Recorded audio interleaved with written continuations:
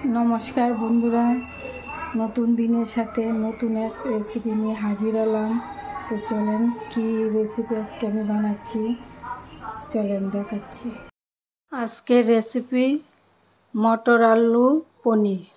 তো পনির নিয়েছি আমি চোকো চোকো করে হাফ কেজি, আলু নিয়েছি বড় বড় সাইজের দুটো, মটর নিয়েছি, মটরটা আমার ফ্রোজেন মটর। আর গ্রেভির জন্য আমি মশলা করব, নিয়েছি টমেটো, পাকা কাঁচা লঙ্কা, পেঁয়াজ, রসুন। তো গ্রেভিটা আমি প্রথমে বানিয়ে নেব। তো চলেন গ্রেভিটা আগে বানাই কীরকম করে। আমি গ্রেভিটা বানানোর জন্য একটা প্যান কড়াই বসিয়েছি, দিয়ে দিলাম সাদা তেল,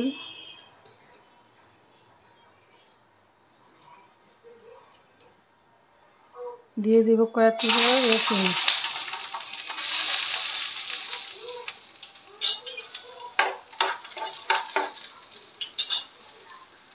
দিয়ে দেবো পেঁয়াজ,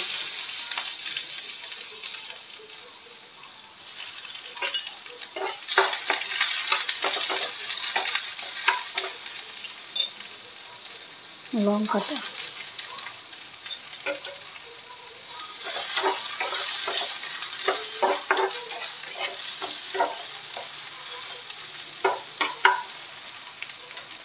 হালকা করে ভেজে নেব। আমি টমেটোটা পেস্ট করে নেব আগে।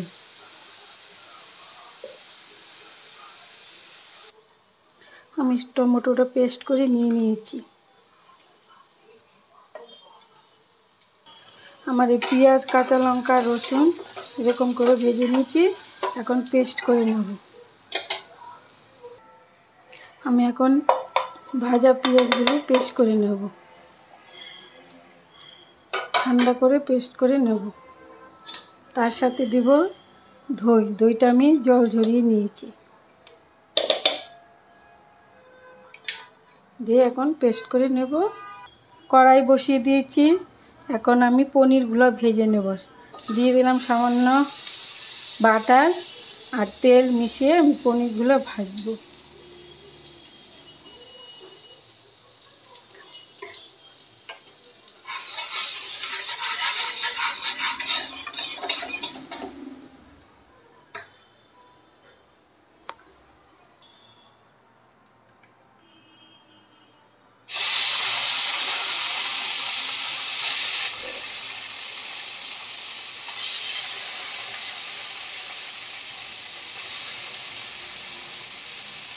সামান্য লবণ দিয়ে পনিরগুলো ভেজে নিচ্ছি।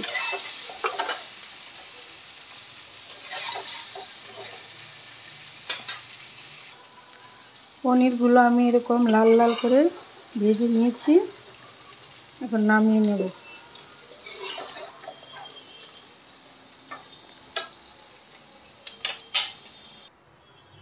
এখন আলুটা ভেজে নেব, দিয়ে দেব সামান্য লবণ,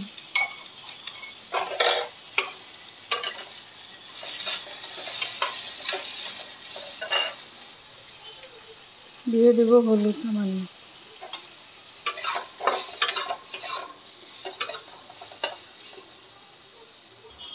আলুটা আমার ভাজা হয়েছে, নামিয়ে নেব। আলু আর পনির আমি ভেজে নিয়েছি। কড়াই বসিয়ে দিয়েছি তেল, এখন দেব সোমবারে জিরা,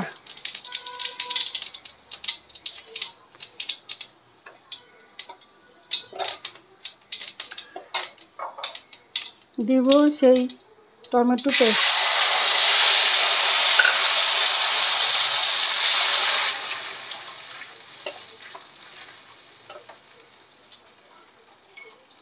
দিয়ে দেব লবণটা স্বাদ মতো, দিয়ে দেব 1 চামচ হলুদের গুঁড়ো, 1 চামচ ধনিয়ার গুঁড়ো। টমেটো কাঁচা গন্ধটা চলে গেছে, এখন ভাজা ভাজা হয়েছে, দিয়ে দেব সেই মশলাটা।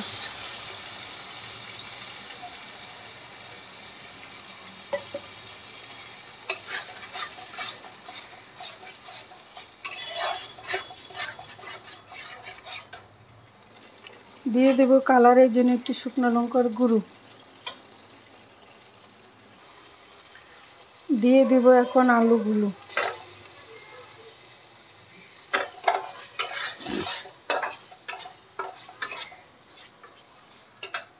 দিয়ে দিব মটর।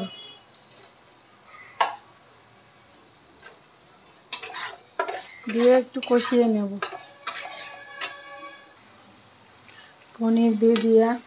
পনির দিয়ে দিচ্ছি এখন।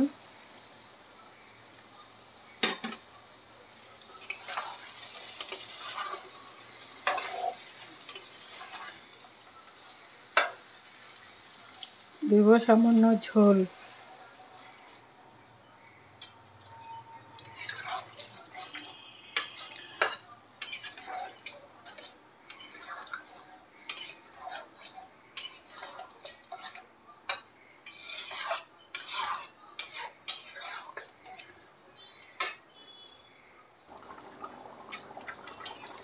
তো বন্ধুরা দেখেন কীরকম হয়েছে আলু মটর পনিরের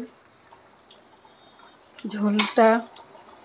এখন দিয়ে দিব গরম মশলার গুঁড়ো, দিয়ে দিব সামান্য চিনি, আর লাস্ট ফিনিশিংয়ে আছে কসুরি মেথি। তো কেমন হয়েছে আমার আলু পনির মটরের রেসিপিটা আমি পরিবেশন করে দেখাচ্ছি বন্ধুরা।